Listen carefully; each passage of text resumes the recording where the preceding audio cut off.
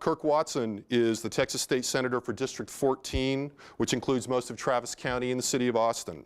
He's Vice Chair of the Senate Committee on Transportation and Homeland Security and serves on the Senate Committees for Jurisprudence, Nominations, Business and Commerce, and the Subcommittee on Emerging Technologies and Economic Development. He's a public affairs consultant and in a role that's made him familiar to a lot of people in this room as a former mayor of the fine city of Austin. Though we surely didn't intend it this way, he also really took one for the home team by running as the Democratic candidate for Attorney General in 2002. A historically tough year to be a Democratic candidate for anything, and yet he comported himself very well and got a lot of very positive reviews in that effort. He was elected to the Texas Senate in 2006, and after completing his first legislative session, he was named the Legislative Rookie of the Year by Texas Monthly Magazine. When you ask informally around the political community about Kirk Watson, you invariably hear, and no offense intended to any of his colleagues, that he is one of the smart ones. And so please join me in welcoming Senator Kirk Watson to the University of Texas at Austin. Thank you very much. It was great. Well, thank you all, and thank you for that introduction. I really appreciate it. What I thought I would do today is be pretty informal with you, but talk to you about in politics and in life and different rules that I've learned, and give you my top 10 rules of politics or leadership or how to bring about positive change. And let's just start. Rule number 1, throw away the labels. Too often, I think we do this in life generally, but we really do it in politics, and that is we put labels on one another. We do it in life. I mean, if you go to University of Texas, you've got a label on you, right? If you go to Texas Tech, you've got a label on you. You go to Baylor, we put that label. In politics, it's Democrat and Republican. And once we get the label on people, all of a sudden, we abdicate any responsibility to ever hear that person again. Because after all, once I got a label on you, I know everything I need to know about you, don't I? Oh, you're a Republican? Well, that's all I need to know. You're a Democrat? No, you're an environmentalist. Oh, you're with the Chamber of Commerce. I don't need to know anything else, and I quit listening. We really do it too much in politics. The Republican and Democratic labels mean something. They're important. But when we stop ever hearing one another as a result of that label, then things come to a dead stop. Which leads to rule number 2. Rule number 2 is listen carefully and speak plainly. Another way of saying this might be create different opportunities to hear one another. Give you a good example. I've got an 18-year-old son in my house. He's a senior in high school. He'll be going off to college next year. And he thinks he's the smartest guy in our house. And I am. So what that means is every now and then he and I end up circling one another, you know, like a couple of bulls trying to figure out what's right, and we argue about things. Actually, we have a great relationship, but you know, that just kind of happens. And what almost invariably happens is after we've had a discussion, maybe a heated discussion, is that evening or the next morning after there's been some time go by, one of the things that occurs is he will say something or I'll say something, and all of a sudden the light bulb goes on. We hear each other for the first time. We'll say, oh, that's what you need? Oh, well, I know how we can do that and get you what you want and get me the same thing, or get me what I need at the same time. Many times we don't create opportunities to hear. It happens all the time in public policy. At the City Council of Austin, Texas, I was mayor, as was indicated. I was mayor for several years, and we have these things on Thursday nights that we call public hearings, where there ain't nobody hearing nothing. I mean, public yellings, public screamings, I mean, call it whatever you want, but there is no hearing going on. One of the things that I've tried to do in politics and trying to bring about change sometimes is see if we can figure something outside the box where people actually hear what's going on. For example, we recently had a very contentious, very difficult, very hard discussion about some roadway projects in Central Texas. And one of the things that I did was I put the groups that were fighting and the Texas Department of Transportation, I put them through a mediated process. In fact, the TxDOT official said that the Texas Department of Transportation had never done anything like that. What we ended up with, we used the University of Texas Dispute Resolution Center to do that. Very long process, involved a lot of the public coming in. When it was over, we had one group saying, I can agree 100% with that. Second group, third group, both saying they can agree 100%. The fourth group said, oh, we can agree 75%. And the Texas Department of Transportation said, we'll go along with doing what got that level of agreement. We created new ways to hear and allowed people to speak plainly and listen carefully. Rule number 3, you're not going to ever probably meet everyone's concept of perfection, so don't try. You're not going to meet everyone's concept of perfection, no matter what you do. And many times we define consensus in the making of public policy and politics. When people hear the word consensus, that means 100% to them. Oh, if we're going to have consensus, everybody must agree. But that's really not what that means, because many times what happens is if I demand 100%, if I've got to meet everyone's concept of perfection, here's what happens. I've got to do what you need, I got to get what you need, I got to get what you need, and by the end of it, what happens is either we've got something that's totally impractical because we just piled everything on it, or what happens is I'll get you what you want, what you want, what you want, what you want, but you decided you didn't get everything you want, so you're going to put a stick in the spokes of the wheel of the bicycle and bring it to a dead stop. Well, you're not going to meet everyone's concept of perfection most times in public policy. So don't try. You got to move forward. Here's what I suggest you ought to do. You ought to follow what I call the 84% rule. If you're getting something, if you've come up with an idea that 84% of the population would say, you know, that's not exactly how I do it. In fact, there are parts of it I don't agree with. But it's progress and it's moving things forward, I can go along with that. If you can get 84% of your constituency, whatever group you're dealing with, to be able to say that, take it and run. Now, I see some of you look at some of your faces, you're thinking 84%. How do you come up with 84%? That's a weird number. Why not 51%? Why not 60%? 84%? It's what I was reelected mayor with. You know, that other 16% can go jump in. Actually, that's not, I care very much what they think because I made it on the next deal. But the point of the matter is, no matter how smart you are, no matter how hard you work, no matter how pretty you think you are or how good the idea is, you know, there may be 16% that are just going to be against it. So you need to, what I say is follow the 84% rule, grab it, and move forward and make progress. Now, there's a flip side of the coin to that rule. If you can't meet everyone's concept of perfection and you're not going to try, the rule ought to be the flip side too. Don't demand your concept of perfection. Don't demand your concept of perfection.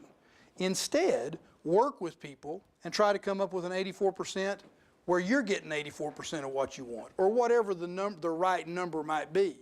You know, the truth of the matter is, one of the ways I try to lead, one of the ways I try to move legislation or doing whatever I do is lay out a broad goal, set out broad parameters, but then not care quite so much about how it might get done. Because then you get into the debate about, am I getting 100% of what I want? Try to set out the broad goals and broad parameters and then not get so worked up in the details that you can't find the 84% and move forward. Rule number 4. Be biased toward action. Be biased toward action.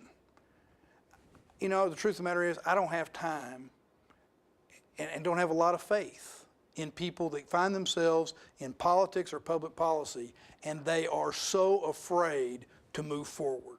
I think people ought to be biased toward action. But, you know, I get it. A couple of rules of that. One is, you know, there's great fear of failure. We all fear being called a failure. And in politics and public policy, you only have to be wrong a little bit. You may have something that's 84% really good, but they're going to focus, a lot of people, your opponents, the media, others are going to spend time focusing on that 16% you didn't get right. And so the fear of failure many times paralyzes people that are in politics because they're worried about the next election. They're worried about the TV commercial that's going to look bad for them. Well, I'll just lay it out there. I believe that there is value in failure. Now, I don't think you ought to try to fail, and I think you ought to try to do what needs to be done, and you're shooting for the best deal, but there's value in failure. And that value comes in if you don't become a turtle and pull into your shell and never do anything again, but instead you step back and you say, whoa, that didn't turn out the way I expected. So here's what I'm going to do.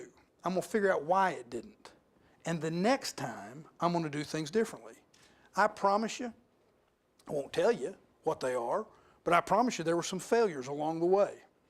There were failures at City Hall, and there were failures even during this session where I didn't get everything that I wanted to get, even though people were saying nice things about me. Well, what we do is we meet and try to figure out why did that not work that way, so that the next time we can continue to be biased toward action. But there's another part of being biased toward action that people become paralyzed with, and that is the fear that the better deal is going to come along, particularly in public policy and politics. If I say, here's the way I'm going to lead you, here is what I'm going to do, and then tomorrow or next week or the next month or even a year from now, somebody comes in and says, you know what we should have done? And everybody goes, oh yeah, that's what we should have done. People get paralyzed, fearful that they're going to be criticized, that the better deal came along. So they do nothing. In Austin, Texas, in 1972 or 74, I can't remember now, Austin bought 4.5 blocks, including the block where the new City Hall is located, right there on Cesar Chavez. That year, they built a temporary council chambers, temporary being the operative word. Only in Austin, Texas would something 30 years old still be considered temporary, because everybody was afraid to move on that 4.5 blocks for fear, and they were always worried, what if a better idea happens? What if somebody brings a better idea? And so nothing happened for literally 30 years. I promised that when I was mayor, we were going to do something with that 4.5 blocks, and we were going to knock down that old temporary chambers, which we did, and build a new city hall, which we've now done. Now, I learned this the hard way, waiting for the better deal to come along. I've been married, it'll be 29 years next year. My wife and I have known each other since elementary school, and we started dating when I was 14. But the first time I asked her out, she turned me down. 1972, Boswell High School, Saginaw, Texas, homecoming. I went up to her and I said, Liz, will you go to homecoming with me? And she looked at me, very matter of fact, and said, no, I'm waiting for someone else to ask me. Well, we really don't have time for me to go into how bitchy that really is, but and I'm obviously over it. But here's the life lesson. The girl was waiting for a better deal to come along, and it didn't. She got me. You can't wait for the better deal to come along. You have to be biased toward action. Rule number 5, never forget that hope matters. Hope matters. Too often in politics, those in elective office are so geared at just getting reelected or just geared at whether or not everybody's going to like them that they forget why they ought to be doing it. And that's because they're in the business, if they're doing it for the right reasons, in my view, of hope. They're in the business of creating hope. I'm not one of those politicians, political figures that will ever tell you I pulled myself up by my bootstraps, because I didn't. Now, Don and Billy Watson, my parents did, but they laid hope and opportunity at my feet. Now, they demanded that you work hard, they demanded that you seize it and that you move forward. But I now feel like that because opportunity was laid at my feet, I have an obligation to assure that hope is always what I'm after for other people. Now, I also kind of learned this the hard way. I'll give you a little personal background here. I'm a testicular cancer survivor. I was diagnosed in 1992 with testicular cancer. That year, I had 3 surgeries and chemotherapy. They thought I was going to survive, thought I was well, went back to work like a madman. And 2 years later, on a routine CAT scan, they found another tumor in my abdomen related to the original cancer. So they went in and they cut me from here to here and stripped out all the lymph nodes. And that was 95. That was 12 years ago. So I'm a cure. I'm well. But I tell you that to give you some background. Again, Liz and I have a good friend who was, I guess he's in his early 60s now, and he recently left his wife of many, many years, kids out of college, you know, and he married himself a new lady who, if I'm charitable, yeah, she's 30. So Liz and I are out at dinner one night and talking about this guy and his new bride, and I said, you know, Liz, she's going to want to have kids. And she said, well, of course she's going to want to have kids. She said, Kirk, I'm sure they've talked about that, and that's part of the deal. And I said, well, don't take this wrong, baby, but if something were to happen to us or to happen to you, I don't know that I could fall in love with a woman of childbearing years. I love my family. I don't know that I would want another family. Same look as in 1972. She looked at me and she said, Kirk, with all they've cut off of you and all the cutting they've done on you, I don't believe you're going to have a bunch of women of childbearing years knocking down your door. Here's the lesson. Hope matters. Even when there's no hope. Hope matters. We have to all be looking for how we grab the hope and we find it for other people. Rule number 6. Have a short-term focus, but with a long-term vision. A short-term focus with a long-term vision. Let me just tell you. First and foremost, this is one of the gifts of cancer. And that is, when I was diagnosed at 32 years old with testicular cancer, if you had said to me a week before the diagnosis, if you said, Kirk, where do you want to be 10 years from now, or 15 years, or 20 years? If I was candid with you, I could have outlined it within about a week of what I thought I was going to be able to do. And of course, that's how we all kind of live our lives. Well, one of the gifts of cancer is I don't think that way anymore. I live my life in short-term increments of time. And they're very arbitrary increments. Right now, we're in a 3-year increment because I've been through 1 year of this term as a state senator, and I've got 3 more. And I have different increments for different things. I mean, we're actually at my house in about a 1-year increment otherwise, because about a year from now, our oldest boy is going to leave home. And so that's a 1-year increment of how do I focus? What is my short-term focus in that regard? But I try to do it, and I think leaders ought to do it in a way where if they live the good long life, if the career path goes the way they want it to go, a long-term vision can be carried out. But live right now. Who knows whether there's anything after a 3-year term in the Senate?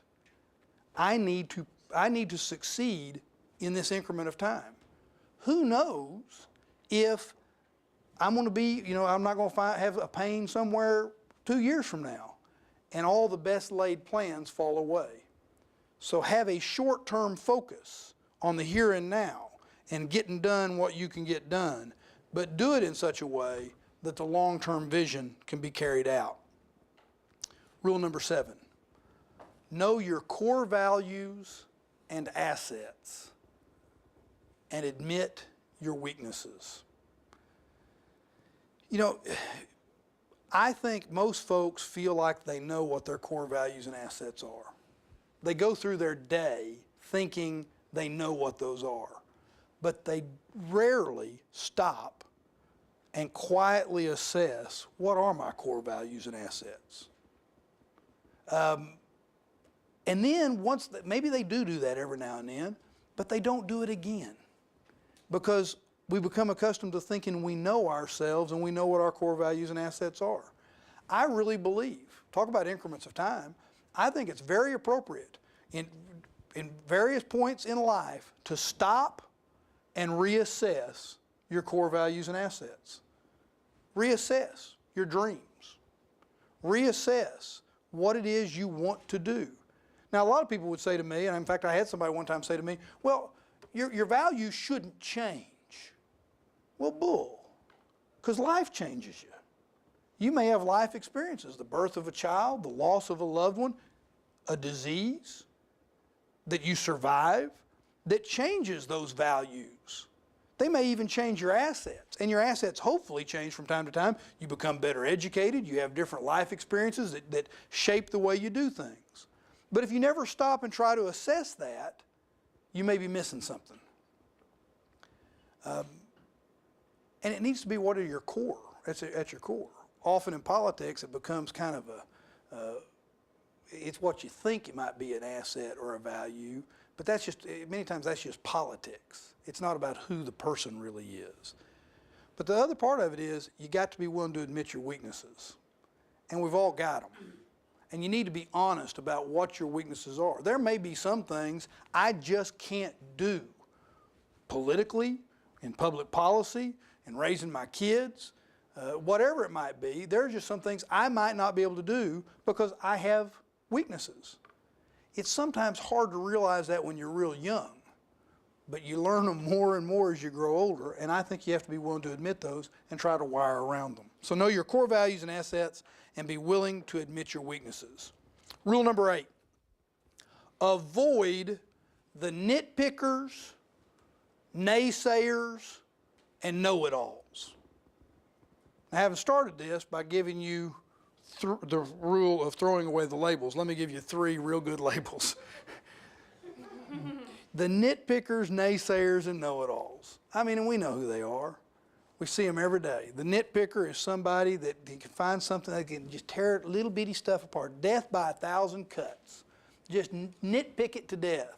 Or the naysayer is the person that no matter how good it is, no matter how much it should please them, they're going to be negative about it and say no.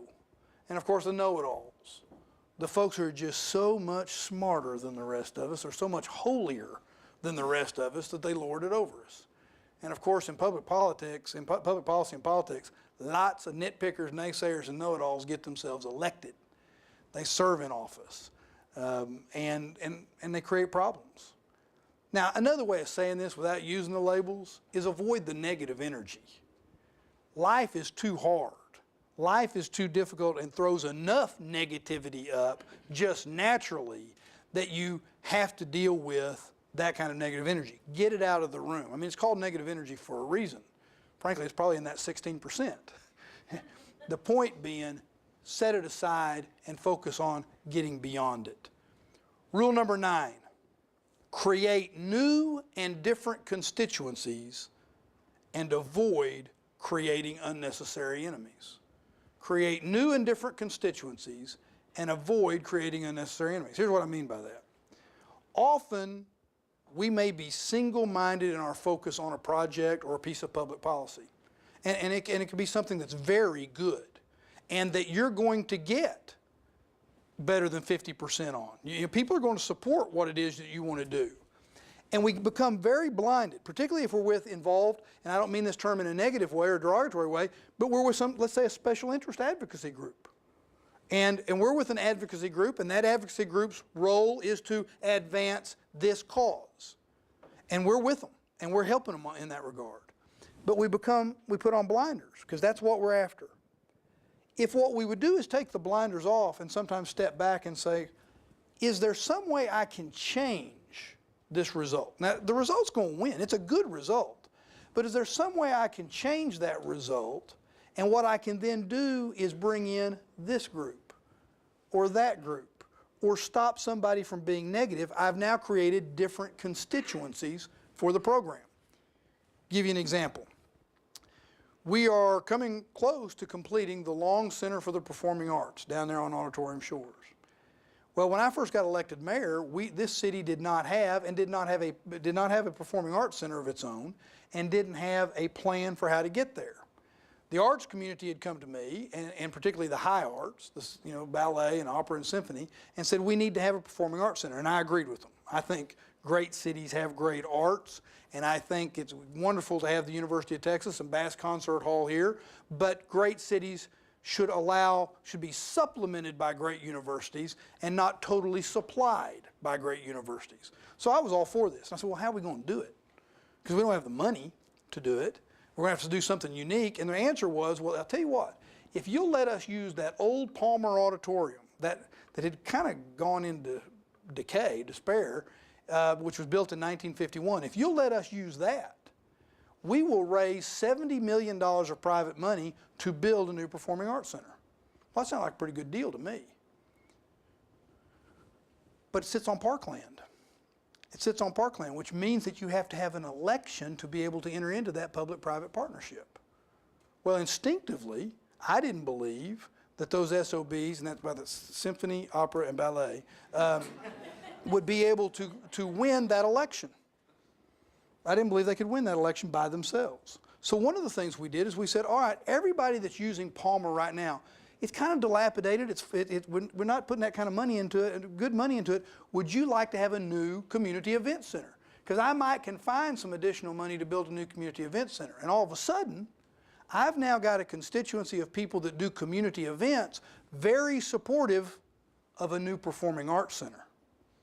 And then we went to the parks people and we said, you know, this is parkland, but really it's just a parking lot. It's just got asphalt on it. What if we found some additional money and we tore up that asphalt and we created a real urban park right on Town Lake? Now all of a sudden, the parks folks are in support. Then we went to all of the different arts communities, from the high arts to the street corner strange. And we said, how about if we do this in a way where you all get to use this as well? And now we've got different groups of artists that are in favor. So what we did is we created new and different constituencies over that project.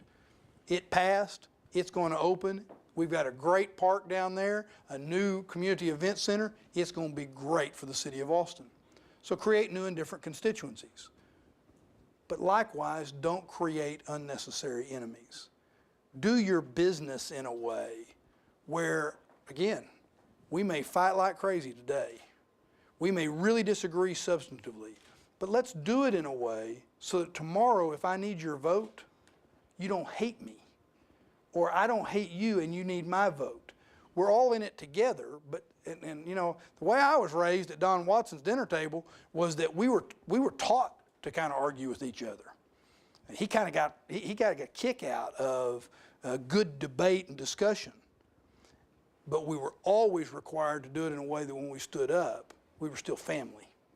And that's what we lose many times in politics and the making of public policy. Rule number 10, focus on the positive.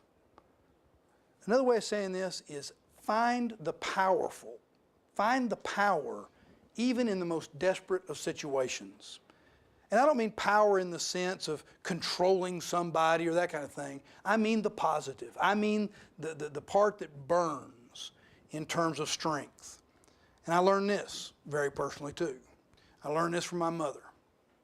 My mother, Billy Watson, she was diagnosed with cancer when she was 41 years old.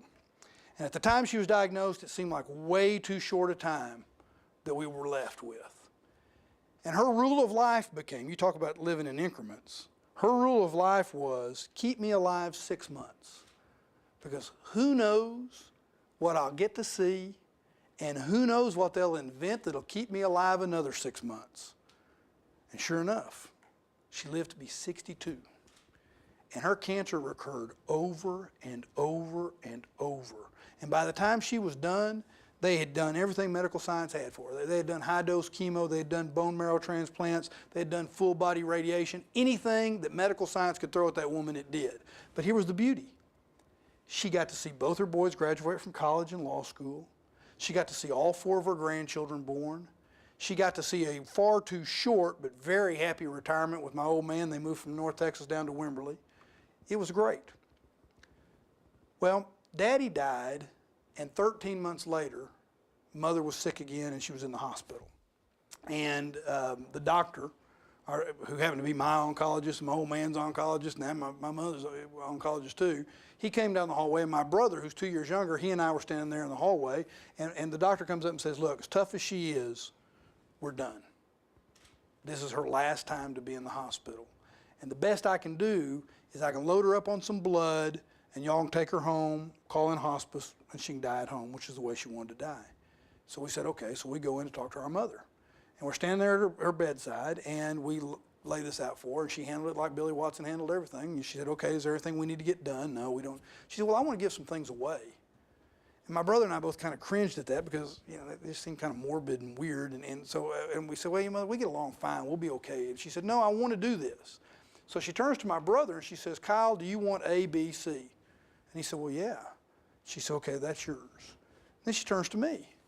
She said, Kirk, do you want the clock that hung in Daddy's office all those years? I mean, it's this great old antique clock, you know. And I said, yeah, I do. She said, where are you going to put it? And I said, Mother, now you know when you're gone, you're not going to be able to control things like that. And she said, yeah, but you might not get the clock.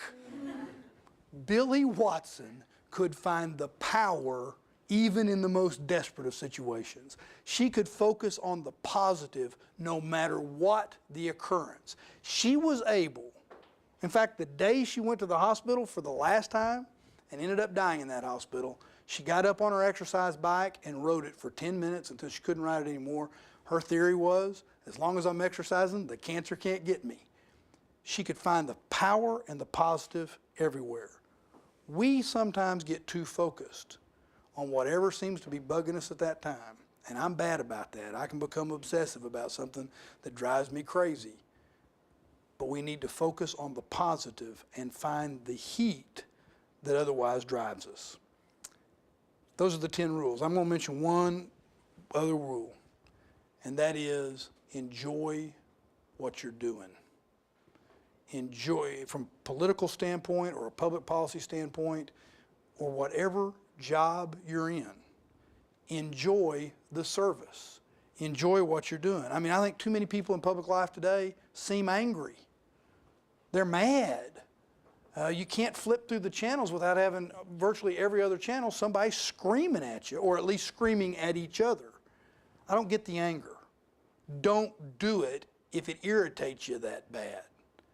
We need to enjoy the service. The motivation for serving the public should never be anger. It ought to be fulfilling and, at least most of the time, not a burden. It should not be anger. So enjoy the service. So that's my 10 and a half rules related to public service. Thank you all very much, and I'd be happy to answer any questions.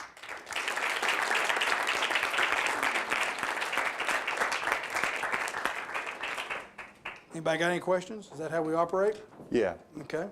Folks, I want to start, given that you've talked quite a bit about cancer. I'm wondering what you think now that we're past the bond election. You know, what you think the prospect is for the dynamics that are going to shape the implementation of the cancer research bonds. Yeah, what that's a reference to is Proposition 15, this, I guess, Tuesday week ago, which I'm proud to have been a co-author of the legislation that led to that. Obviously, it being pretty personal with me. And I'll just say one other quick thing about that. You know, I'm a big believer that the state of Texas needs to do more with regard to health care. It means something to me that I'm able to stand up here and talk to you all today, or for that matter, I'm able to sit on the Senate floor and stand on the Senate floor as a state senator. And the reason I'm able to do that is because of early, effective, and frequent health care. And too often we don't have people with the opportunity to have enough health care. We live in a state that has the highest population of uninsured people in the United States. And that demographic is not getting better just naturally, it's actually getting worse. So I feel pretty strongly about that. I also feel pretty strongly about higher education. And of course, we're standing on the campus of a place that I got to tell you, having been the mayor of the city of Austin, having been the chair of the Chamber of Commerce, and now I get to be the state senator that represents the big chunk of Austin, I will tell you that there's nothing really good going on in our economy today that somehow we can't tie to good decisions that were made about higher education generally, and the University of Texas at Austin specifically, 20, 30, and 40 years ago. But I don't necessarily believe that today we're making those kinds of decisions so that when my 12-year-old son, Cooper Watson, 20 years from now, 30 years from now, is the state senator speaking to a group like this, and he's announcing, by the way, he'll be able to say the same thing I just said. I think this proposal that just passed, and I'm pleased it passed, to put $3 billion into cancer research does a couple of things. One is, talk about hope mattering. You really create hope. And what that means is that I believe Texas will be at the forefront of assuring we find a cure for cancer. But the second part of that is with regard to higher ed and research. This state is getting ready to become a beacon for the best and the brightest researchers, and not just cancer researchers, but we have said to the world now, higher education in Texas is open to research. Now, with that all being said, we've got to do it right. And a key part of that, I believe, is making sure that the peer review that will need to be done when the money starts being handed out to do the research, the peer review has to be the very best. It has to be totally accountable and has to be totally trustworthy. And I think what that means is we have to have the best scientists. We have to recruit the best scientists to be part of that peer review, and they may not be in the state of Texas. And we need to be willing to say, we're going to go get the best peer reviewers wherever they may be to make sure we're doing that right. So we're now in the very beginning phases. In fact, I met with some of the representatives from the University of Texas system just before I came over here, where this was part of the conversation. And they're very open to making sure we get this done the right way. But it has to be accountable. Otherwise, the public will lose trust in it, and and it will not achieve the goals that appropriately lofty goals that it ought to achieve. Yes? Talking about positives and negatives, could you address how you think NAFTA has affected us positively and negatively? Yeah, good question. The question was, how do I think NAFTA has both positively and negatively impacted the state? Well, first of all, in Texas, even before NAFTA, we kind of got the fact that that border is a dividing line, but it doesn't necessarily mean we ought to be divided. You can go, at least until recently, for certain, you could go to any one of the borders, particularly some of the border towns like El Paso and Laredo and places like that, and it was very clear the cross-pollination we were getting from an economic standpoint. That shifted a little bit. I may be wrong about a little bit on this, but in the 80s, where you started seeing maquiladora plants and things like that, but again, you were getting a very significant cross-pollination from an economic standpoint. So in many ways, NAFTA played an appropriate next step role in making sure that that enterprise zone, that economic prosperity that comes, and Mexico is the #1 receiver of our exports in the state of Texas. So it doesn't take a rocket scientist to figure out we've got an amazing base for commerce, for our goods and products, just right here. And I think NAFTA played a good role in that, of helping with that. But I do believe that we need to make sure that agreements like the NAFTA agreement take into account a couple of things. One is environmental protection and protection of labor. And I don't believe that NAFTA did all that it needed to do in that regard. That may be one of those examples of what I was talking about a minute ago, where we step back and we say, oh, good goal, pretty good results, but it didn't turn out exactly the way we wanted, so what do we do better the next time, and what do we maybe need to do to amend it to get it fixed?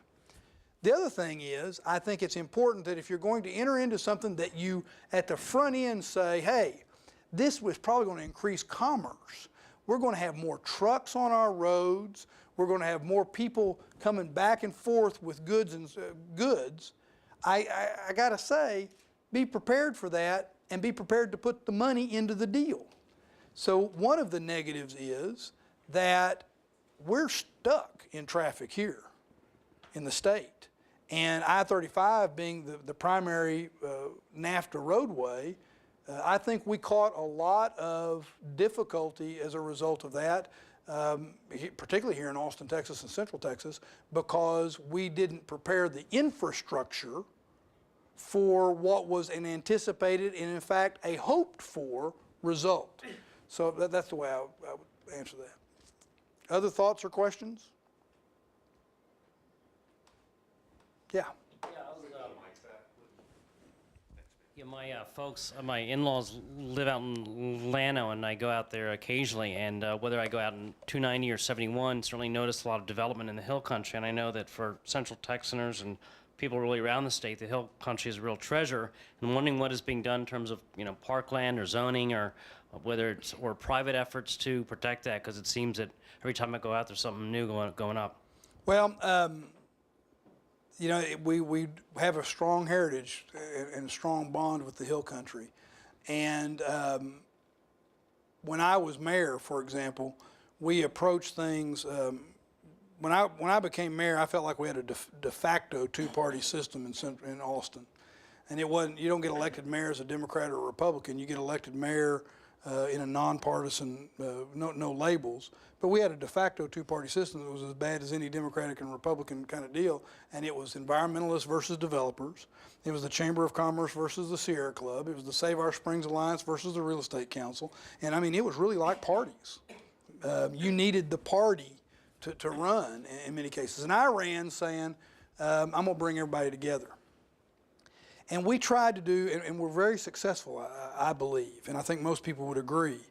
What we did, though, is along the lines of what your question is we did a couple of things. One is, for so long, the only thing that had been done to try to deal with development that we thought was putting us at environmental peril was regulation. And that created a big part of the fight. So one of the first things we did is we created geographic parameters where we said we're going to do things a little bit differently. What we said is we're going to designate this area of Austin the drinking water protection zone, and it's basically the escarpment. It's where the hill country begins, and virtually all of our drinking water runs from that. And we said there we're going to have some really strong protections and regulations. But over here we're going to have what we call the desired development zone.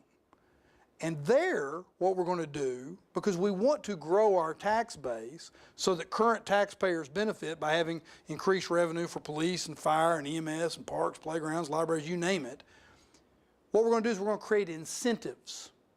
And those incentives are going to hopefully bring people over into the desired development zone, the non-environmentally sensitive areas. And downtown is going to be our really desired development zone. I mean, it's already 100% impervious cover. Let's go for it. And of course, part of what we did during that time has sparked a lot of the good that's going on in downtown.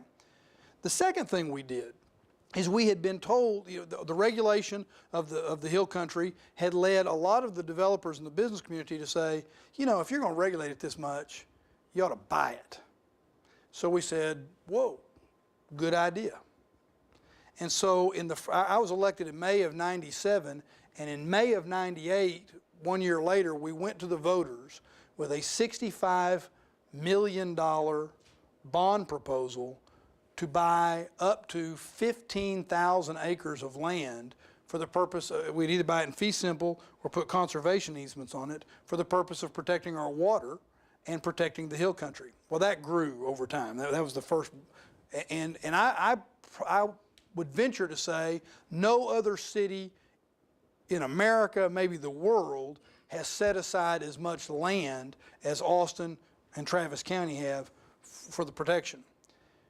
Out of that grew a number of other things. The Hill Country Conservancy, which is a private organization working to preserve the hill country, raise money to preserve the hill country. And we have played with other possibilities, but here's the rub. There are no county zoning ordinances, so that while cities have the ability to both create carrots and sticks, counties don't. You have very few planning tools that are available to a county. In fact, I filed a piece of legislation to deal with SH 130, which is where we want people to go. SH 130, which runs east of downtown Austin, is going to be can be the greatest economic development opportunity in our lifetimes, because it's the first time we've ever put infrastructure in first. It ought to be the greatest environmental protection opportunity we have in our lifetime, because it's the first time we've started putting infrastructure where we say we want people to live. I tried to file legislation that would allow the county to do some planning. And by the way, in the city of Austin and smaller cities along SH 130, my theory being that too often land use planning has been about maximums. This is the most you can do. Well, I'll tell you what, along SH 130, we ought to make it about minimums. This is how much you gotta do before we'll give you all the infrastructure, so we can grow that tax base and avoid sprawl and avoid neighborhood degradation by trying to put too much density in our already existing neighborhoods. But the legislature does not look kindly on, bless you, on planning tools. And so we're going to have difficulty. One of the things I've been encouraging groups like the Nature Conservancy and others is they're great groups, they're very effective, but often it's about the big ranch. How do I get 1,000 acres? How do I get 1,500 acres? And what I've tried to encourage them to do is figure out a way that we're talking about 100 acres. And how do I tie this 100 acres to that 50 acres to that 150 acres so that I set up some sort of conservation easement and I've preserved the hill country in that way? The problem is a lot of people that own property out there don't get the tax benefit of giving a conservation easement because their income may not be where they may be retired. And so we're going to have to figure out, I think, from our end, what we might do to help incentivize that. But there's a lot of effort going into it, but we have very limited tools. Okay? Did you have a question? You know, you talked about higher ed in terms of the Cancer Research Initiative, and then in your talk you talked about short-term and long-term, and it seems to me the short-term focus in recent years has been tuition deregulation in order to enable the legislature, frankly, to appropriate less funds directly to the higher education institutions in the state. But there's been a predictable reaction in response to the logical tuition rates that come, or tuition hikes that come out of that. And we can argue about how logical, how much, et cetera. What is the long-term strategy that comes out of that short-term focus, as you see it, in terms of the structural model for funding higher ed and achieving the kinds of things that people seem to want to do? Sure. Well, let me start off by saying that back in 2002, I guess I'm about right, about 2002 was when depending upon your point of view, is either tuition dereg or flexible tuition became the way that we started talking about things. And I can remember at the time saying to a very good friend of mine and big benefactor of this university that I didn't favor doing tuition deregulation or having that kind of flexible tuition. And his response was, "Oh, I can't believe you're not for that. I'm very much for it." And I was very surprised by it. And I said, "Why?" And he said, "Because I want the Macomb School of Business to be the #1 public business school in the nation." And I said, "Well, me too. How about the legislature doing its job of providing appropriate resources so that our public business school can be the #1? Because the truth of the matter is, regardless of who some might blame, and of course there's blame that's always thrown around, the problem is that the legislature is abdicating its responsibility of providing sufficient funding so that we can have the kind of higher education that we need in this growing global economy. We've got, and by the way, as part of that, it clings to the outdated notion that this state can be the focal point of a worldwide knowledge economy and attract the best and the brightest and retain them. It clings to the notion that it can do that with really only 2 flagship universities. It needs more than 2. Now, we don't need to be doing any damage to the 2 we got. And I worry about this zero-sum game that we play when we play a budget game at the Capitol. But the truth of the matter is, we need at least 3, and I mentioned 3 only because that comes after 2, We need many more, probably. I filed legislation that created a program for studying, basically created a game plan and would allow for the creation of a game plan for what we do in higher education in this state. The good news is Chairwoman Zaffarini, who chairs the Higher Education Committee, subcommittee in the Senate, she allowed me to make that a part of a piece of legislation she had and was very gracious to me, and we ended up being co-authors of it, if you will. It was really her bill, but she let me put my name on it. But the truth of the matter is, that was a great piece of legislation. Passed the Senate, passed the House. I don't think we had anybody dissenting, and it was vetoed. We have got to change the way we think about higher education. I don't know when this state stopped thinking big, but we're not thinking big anymore, particularly when it comes to things like how we're going to educate our kids. And here's something that drives me crazy. I have to give you another part of it. You know, remember we went, and this is not higher ed as such, but talk about short-term focus, negative short-term focus. You may remember that in 2006 we had a special session in the legislature. And the special session was as a result of the Texas Supreme Court declaring our public education system unconstitutional. So we have a special session because we got an unconstitutional public financing of education. Well, so it's going to be about funding education, right? No. It instead became about how to shift tax burdens.